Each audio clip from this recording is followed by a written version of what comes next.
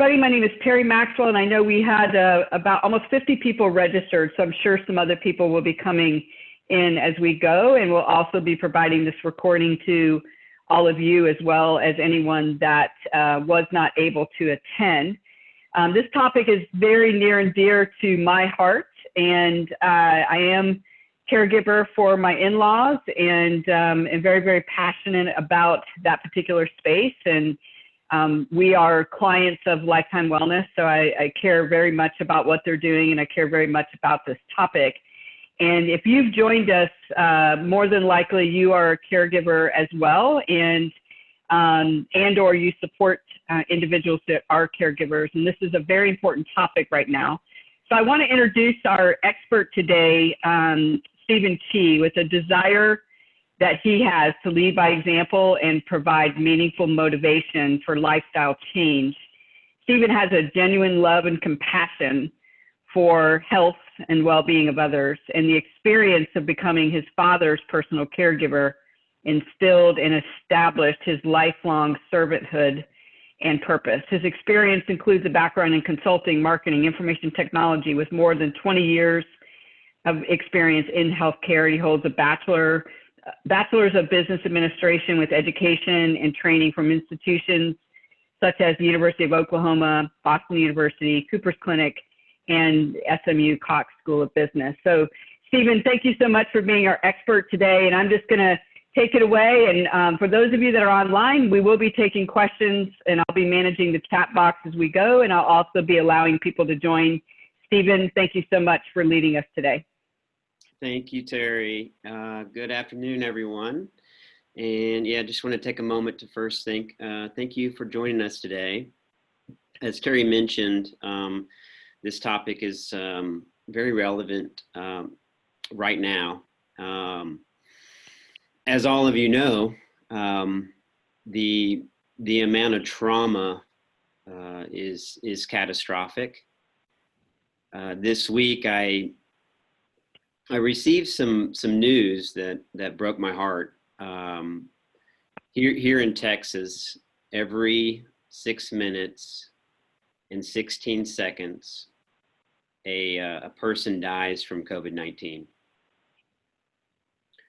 I say that because I have no idea what your personal journey has been this year. Thankfully, I've had an opportunity to hear from so many hearts this year what their journey has been. But one thing I know is true is none of us ever know everything about another person and also all of their circumstances. So I changed the tune a little bit today because I wanted to do a couple of things.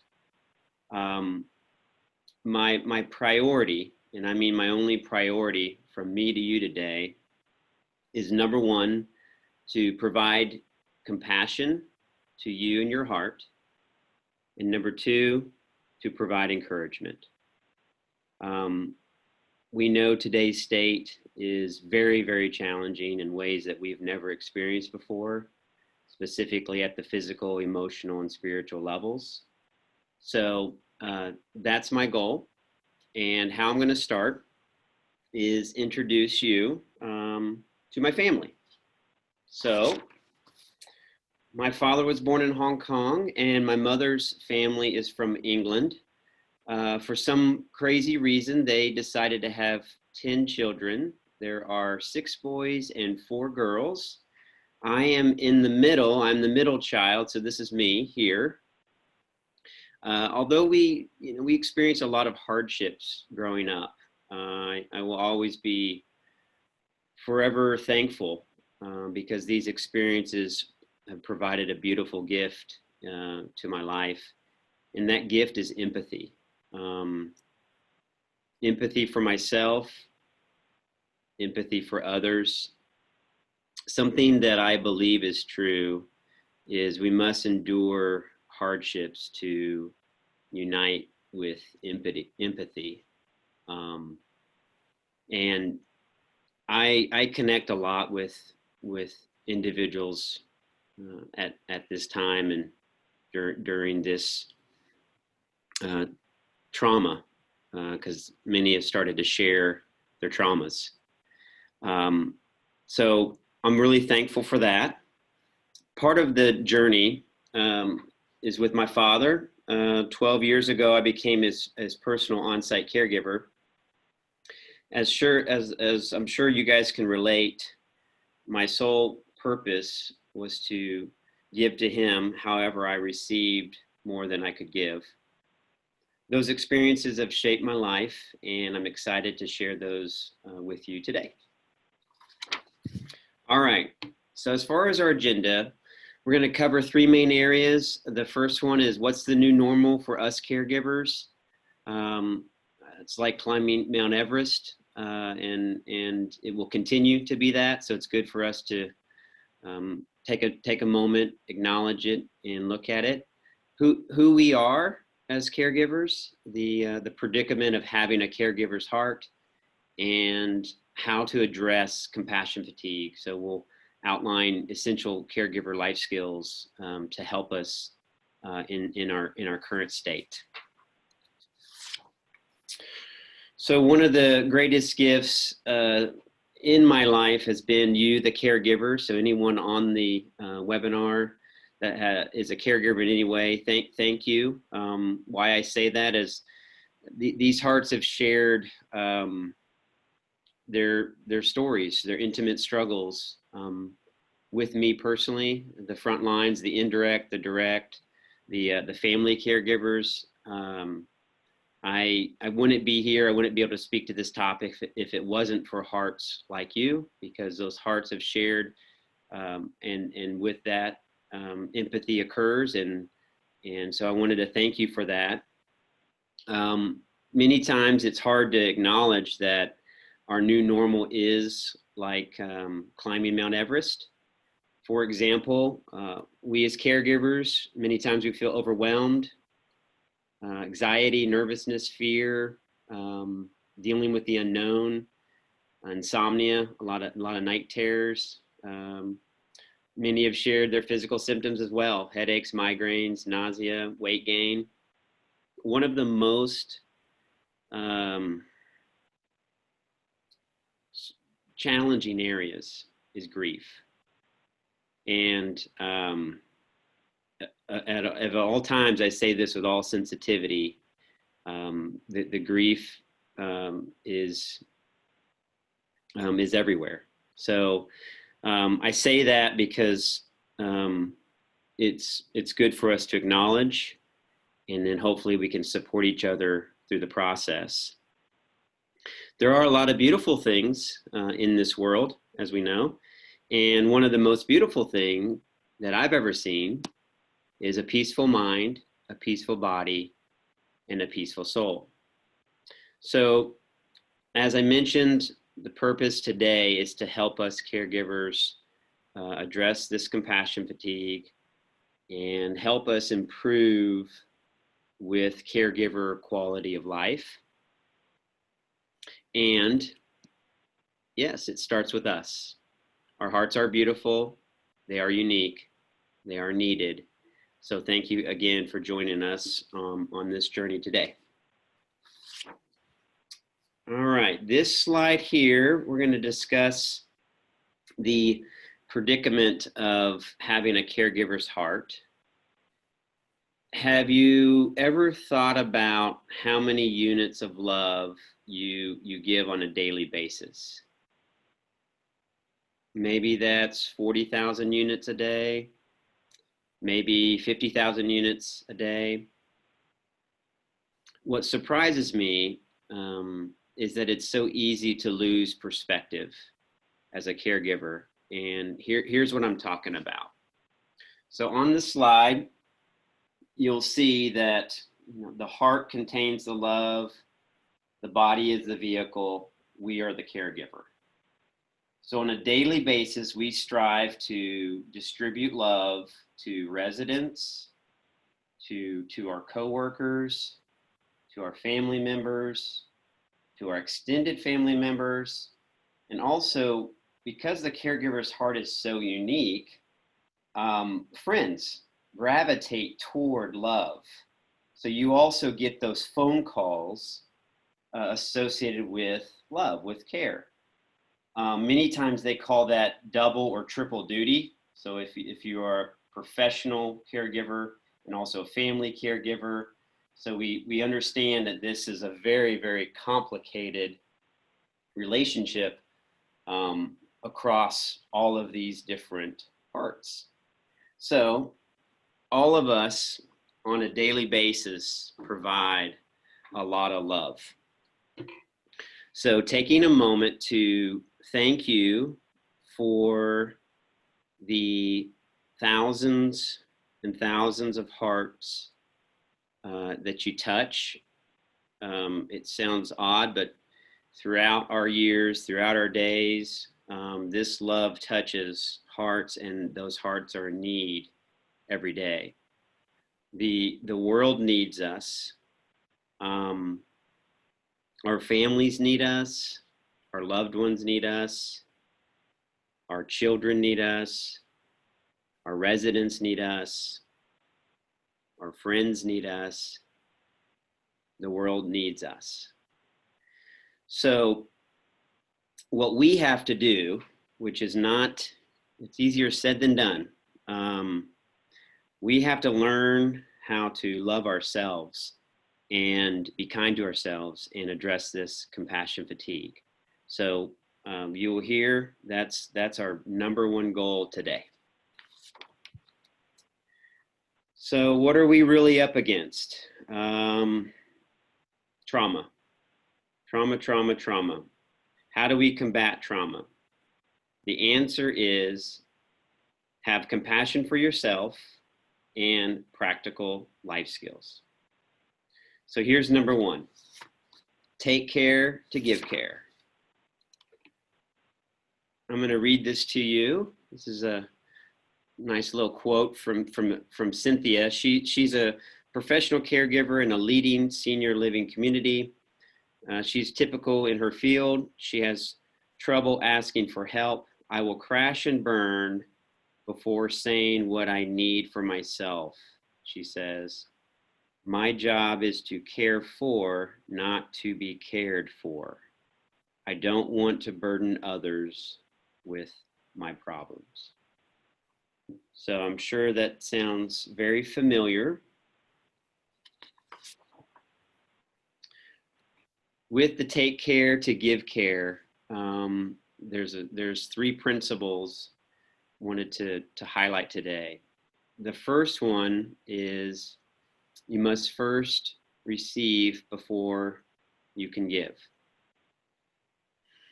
This takes some time to digest. It's a mindset. It is a truth. And what we have to do is be open to it. But just as far as the first principle, you must first receive before you can give.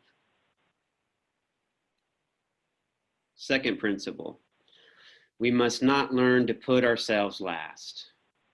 This principle number two in my life has been quite a journey, and it's really sneaky. Life is all about priority, and don't fall for the voice that says it's selfish. It's actually of design to learn not to put ourselves last in this caregiving role. Principle number three, we must learn to be kind to ourselves. And within that, we must rest, recharge, and recover. So I've put many caregivers on, sounds kind of strange, but a Be Kind to Yourself campaign. So if you haven't been kind to yourself today, I encourage, even after our webinar, even during our webinar, to start to embrace that, because we need that as caregivers. We are kind to so many on a daily basis, and for us to also take a moment for ourselves is very important. Okay. The next essential life skill is planning. So number one key to success regarding that stress and stress management is planning. I'm going to outline a pragmatic approach. I had no idea in my life that planning would be so significant. At times, sometimes people think it's I don't have time for it, or I'm bored, it's boring, it's too challenging. But within that pragmatic approach, I promise you, it helps us manage stress in ways that I had no idea could happen. So the first step is to choose a medium. I use a digital, more of a digital calendar. Others like the physical planner, and that's wonderful. But that's the first step. The second step is to schedule an hour weekly planning session for yourself. I choose Saturdays. It seems structured, but in general, you'll be surprised when you plan. It reduces a lot of the mental work and somewhat feeling last minute. The other beautiful thing about planning is you block off time for yourself. When are you grocery shopping? What's your work schedule? Will you exercise this week? Or what time do you have? Any quiet time or meditation, prayer, recovery? These things are very, very important for caregivers because, you know, time is always the struggle, and we have a lot of people that call on us and need our love, need our help. So planning is essential. And then also step number 4, be realistic.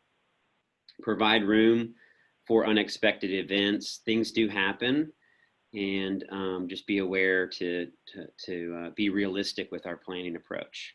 Okay, so that's the second essential caregiver skill. The third is emotional intelligence. I have a graph here for us today. So the first step to achieving emotional intelligence is energy management. And the red zone on the far right is called survival mode. It's when we're below threshold, physically, emotionally, mentally, and spiritually. If you are operating below threshold on a daily basis, it's next to impossible to achieve emotional intelligence. And here's why. The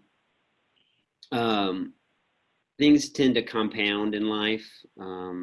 If you notice communication and the emotion of being overwhelmed, if you notice anything with physical function or clarity, many caregivers have shared with me actually a loss of some motivation and hope. Well, if we're in that survival mode area for too long, those things start to creep in.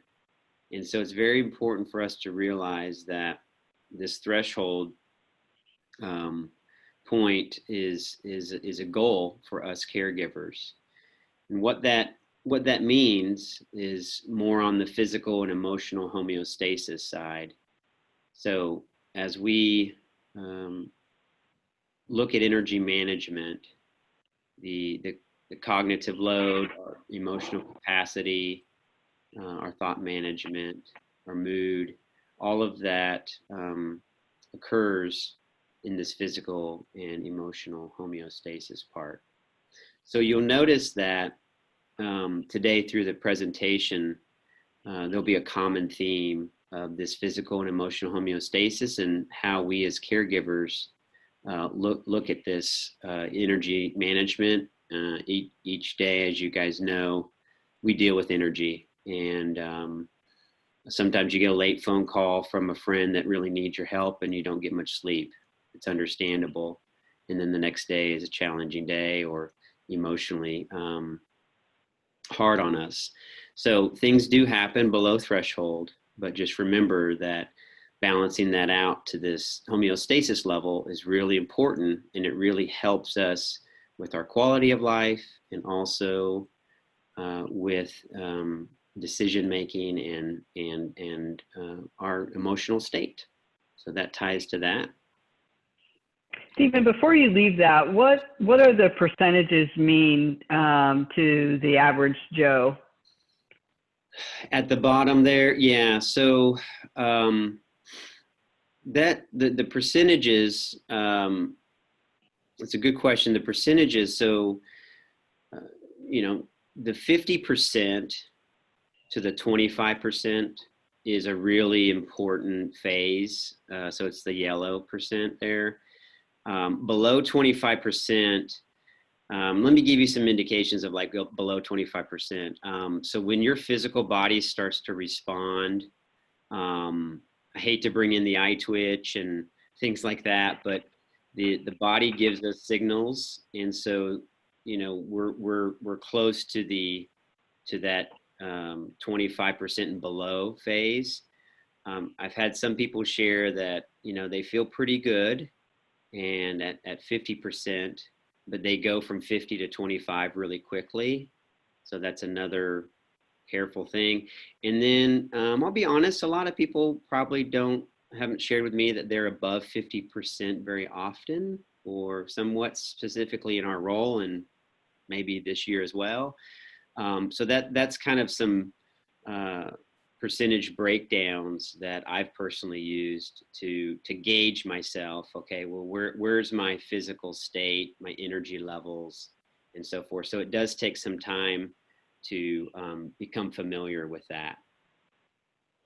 And so when you say energy, do you mean just my overall energy level, get up, ready to roll, or is it more just energetic space around you? Like if we're really under these toxic situations that we're in right now, our energy is zapped because there's so much pressure, or is it both? Yeah, it is both, and it is both. That's a great question, Terry. It's both because the initial stage of it is for oneself. So if you wake up in the morning and you can get a gauge of kind of where you're at, okay, physically, emotionally, and energy wise. And then, of course, yes, as you go through the day, if you have environments that use a lot of energy, well, just think if you start off your day already at 25%, it's gonna be an interesting day. So we have to just be aware of that and make adjustments. But it does work together. But the primary thing is to really become aware of your energy throughout the day and in those moments, and also realize it changes. So sometimes if you can take a little bit of a break, even if it's 5 or 10 minutes, you'll be surprised your energy can also adjust with that. But in today's world, energy management is very challenging, very, very challenging right now. Thank you so much. Okay, you're welcome. All right. Next slide. There are a lot of free emotional intelligence assessments out there. I'm going to share this one with you. This is my personal one. If you do have a pen or a pencil, I do want you to write down 5 of these categories. The first one is self-awareness. Okay, that's the first category. The second is positive outlook. The third is emotional self-control. The fourth is adaptability. And the fifth is empathy. Okay. So on this assessment for myself, I am below the average, and I'll tell you why. I do have emotional self-awareness. However, the opportunity for development and improvement is to communicate that emotion real time. So that's something that these types of assessments help us do and learn from. So that's one way of looking at emotional intelligence, is to find opportunities for development, and also know your strengths. So it's good to know your strengths and weaknesses. On the positive outlook, that's really key, especially today. Make an effort to have positive conversations. Think about positive things. I've had a lot of people tell me they've had to, really watch their intake on the news because the news is not positive. There is positive news, but they've had to watch their intake. So be aware of that positive outlook. It's very important as us caregivers because we deal with a lot of pressure. Self-control. This is not easy, but make an effort to watch your tempo. A lot of this world and this life is really, really fast. So watching our tempo, watching our thoughts, slowing those down, watch our triggers. If you don't know some of the data, they say that we process 30 to 50,000 thoughts a day. So just realize that that's a lot of volume. So be kind to ourselves and watch those. Adaptability. We understand change is hard. It's hard for all of us. It is a mindset. So accept those things, but also look at the flexibility from that perspective. And the fifth one is empathy. And this is the ability to listen. This is the ability to learn from other people. And this is the ability to put yourself in other people's shoes. So empathy is very, very important for us caregivers, first for ourselves and also for others. So that's just a quick thing. There's a lot online if there's resources that may help you to do that, but it's a good way to step into a little bit of the emotional intelligence as a caregiver. Here are some practical ways to step into it. Active listening. So with emotional intelligence, the opinions and preferences, but active listening is one key area. Communication. So as we express our intent, our motive, our trust and rapport, the beautiful thing about relationships is an empathetic connection. And that empathetic connection builds the trust, the rapport, our quality of life changes. So that does play a part in this communication. And so as we actively listen and we communicate, and then the tempo. Everybody has a different tempo. Be aware of those. Be kind to those. Multitasking. There's it happens, but the new term's called holding space. So being present with yourself, the other person, taking that moment to breathe, appreciate that moment. Very important. Tone and body language, that's also a part of this. However, I would say that the energy behind our tone and our body language is really what's most important. Maintaining motivation and also open to feedback and ideas. So this is a lot in this area, this emotional intelligence. And if you have one takeaway, I just summarized one takeaway for this, no matter what, is just to add empathy. Add empathy for yourself, add empathy for others. We need it. The world needs it like never before. So within emotional intelligence,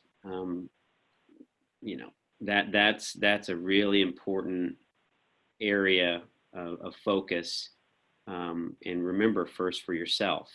And that's important as a caregiver. Okay. We're going to move on now to the life skills, caregiver life skills number 4. And this is the Caregiver Bill of Rights. I will read these nice and slow so they can soak in. Okay, be honest. You have the right to take time for yourself. It's not selfish. Number 2, be honest, know your capacity. Always strive to leave, at least 10% in your tank. Again, just in general, back to those percentages. When we get too low, it's know when you're too low, and then know your capacity, be honest, and then strive to move back up. Be honest, you have the right to say no. Be honest, manage your time. Things always take longer than expected. Be honest, you have the right to receive compassion from others.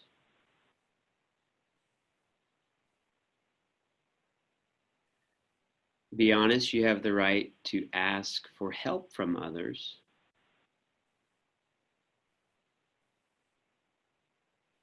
Be honest, acknowledge what environments restore and drain you. And be honest, recognize your emotional load or emotional capacity. That gets back to that energy management. So just being honest with ourselves in that area. Okay, very good.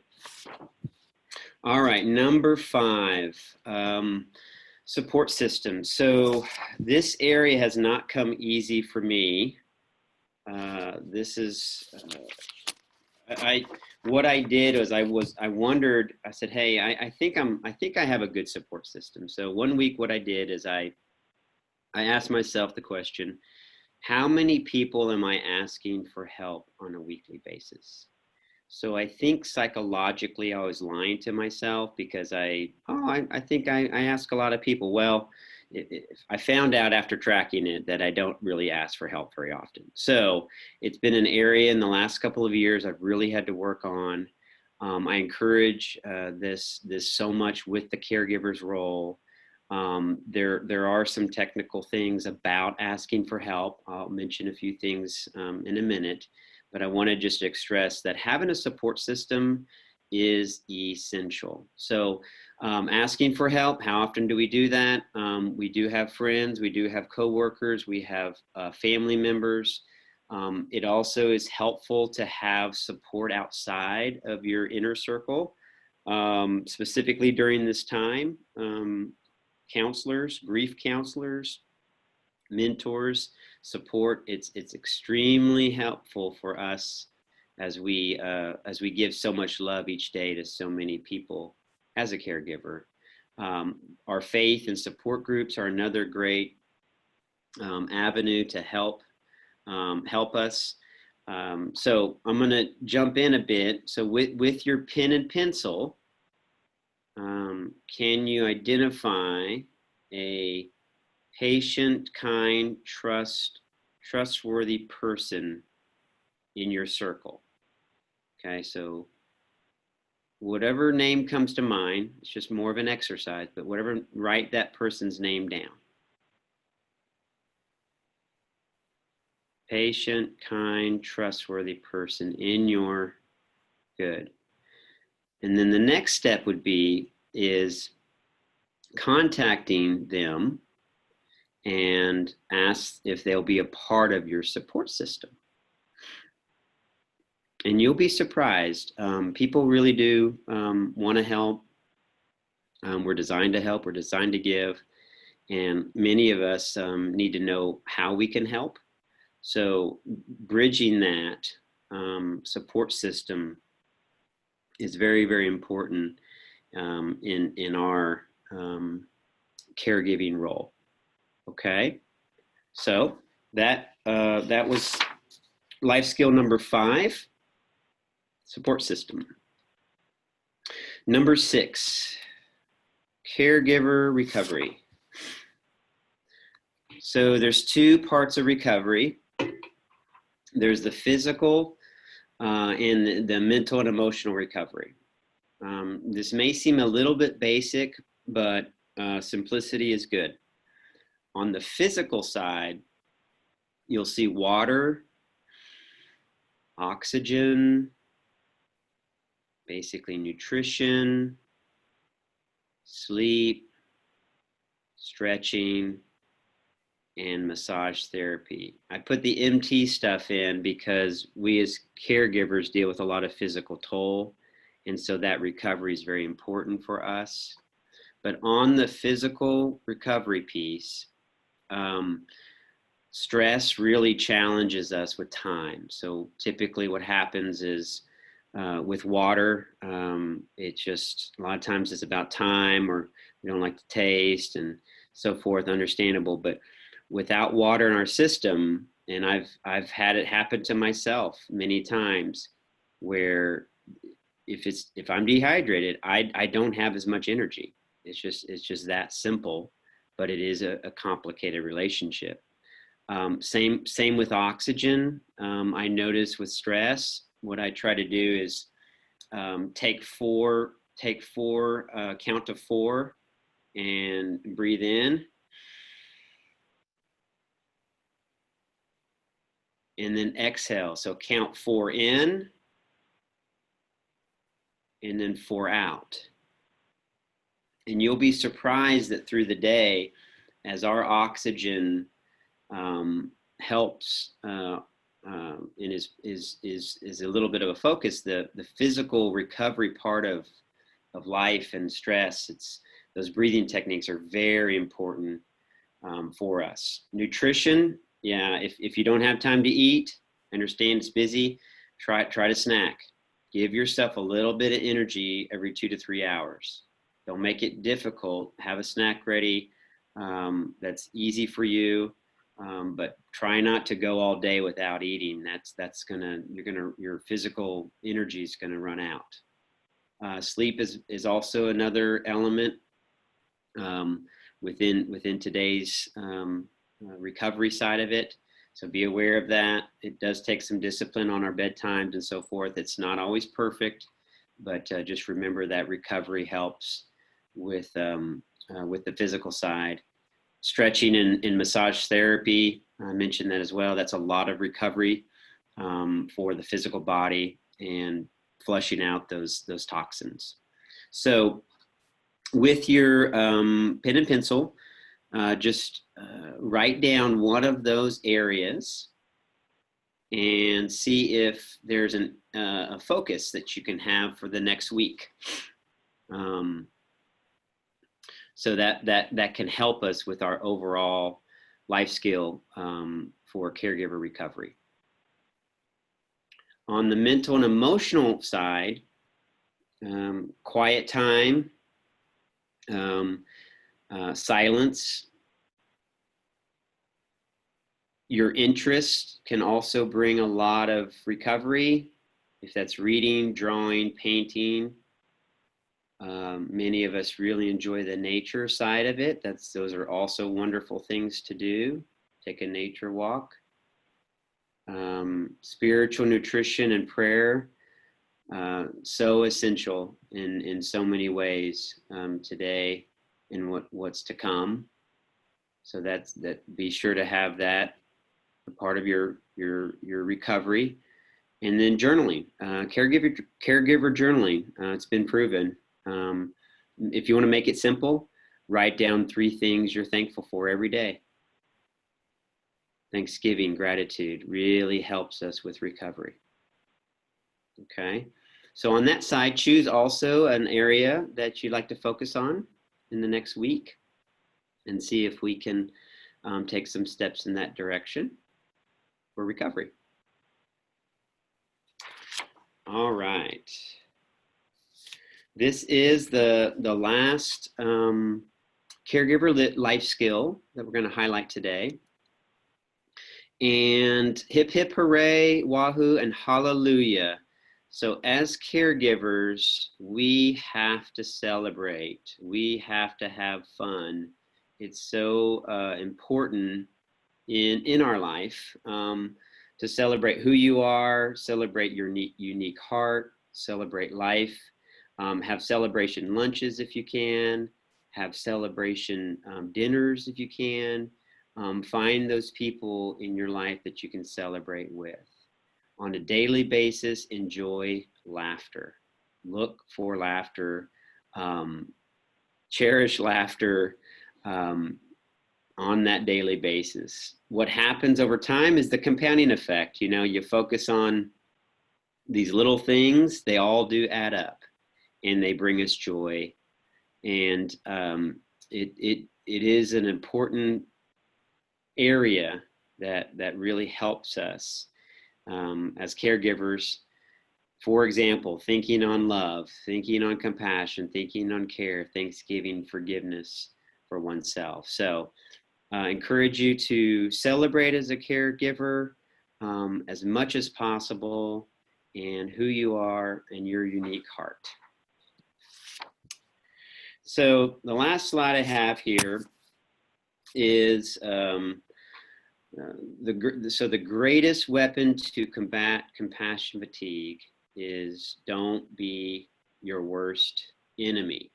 All right, I'm going to give you guys some personal advice here. I've got a little graphic. You guys can see that here. So you see this little red guy? So I'm just going to be straight. He's no good, okay? He's going to try to tell you that you're not doing a good job, or you haven't helped enough people, or whatever. Don't listen to this guy. This guy, he's got nothing good to say, okay? So one key thing in this journey to combat compassion fatigue, no question, is we cannot be our worst enemy. I used to be, I am no longer, and I will not go back. So join with me at that, because that's a big area that I've had thousands of caregivers share with me. You know, just not enough, not doing enough. All of that self-chatter. No more. So say goodbye to that guy. And here's why. We're designed to receive love. This love brings light to our soul. Our soul then radiates an aura, and this aura engulfs everyone we touch. So today I want to thank you for your time, and I want to thank you for all the love you give. I am so proud of you. And in case someone hasn't told you today, you're doing a great job. Terry, thank you so much. That's the presentation on my end. And if there's any questions, I'd be happy to entertain. Yeah, I've received a couple of questions individually on the chat box. The first one is, and this came in very early, I'm very stressed out and I always feel behind and rushed and go from one thing to the next. What do you recommend that I do just to not feel so rushed? Good question. I think there's two things to ask. One, how often are you saying no, meaning healthy boundaries? And if you feel good about that area, then it goes back to life skill number 2, which is planning. So you're stressed, you're feeling behind, rushed. So do your best to build in more time for you, which is easier said than done. But if you feel like your healthy boundaries are good and so forth, then our volume is really, really busy right now. So we do have, our schedules are packed, I know. But just realize that that planning skill can really help us with that rushed and feeling behind feeling and feeling overwhelmed, which is the worst emotion in my opinion, is being overwhelmed. Excellent. Yeah, I can relate to that. And I can also relate to the second question I received, which was a couple of slides back. And then I can relate to this one, and I know you can too. As I struggle asking for help, and I know you gave some great simple ways to establish a support system, but if you're finding it's difficult to do that, how do you help just dig a little bit deeper to push yourself and, past that initial ask so that you can actually get that support system in place? Yeah, that's a great question. It really is. It takes a little, so pushing into it takes a little bit of vulnerability. So what that means is a little bit on the communication side. So the first thing is to become a little bit more comfortable with sharing what you're going through. Okay. So, you have friends that are kind and patient and trustworthy. So being open to that vulnerability is the first step. The second step is to realize that people, they do want to help, and as you share and become more vulnerable, they know what to help with.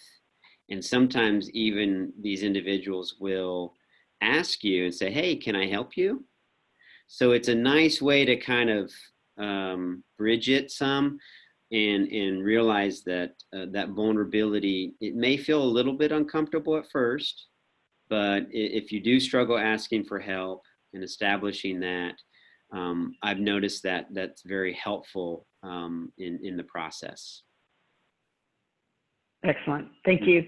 And then the last question, because this is the last one we're going to have time for today, is if I'm under threshold, what is one thing that I can do to restore homeostasis?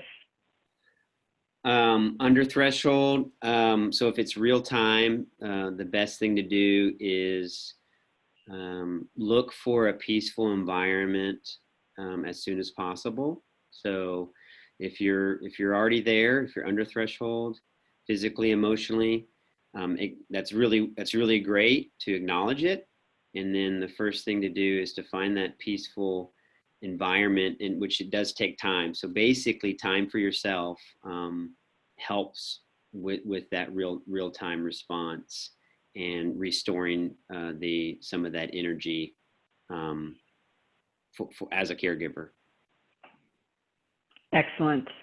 Well, I want to thank you so much for sharing your wisdom with all of the caregivers today. It is a very challenging time in just every aspect, and I don't know how caregivers are doing it. My hearts are with you.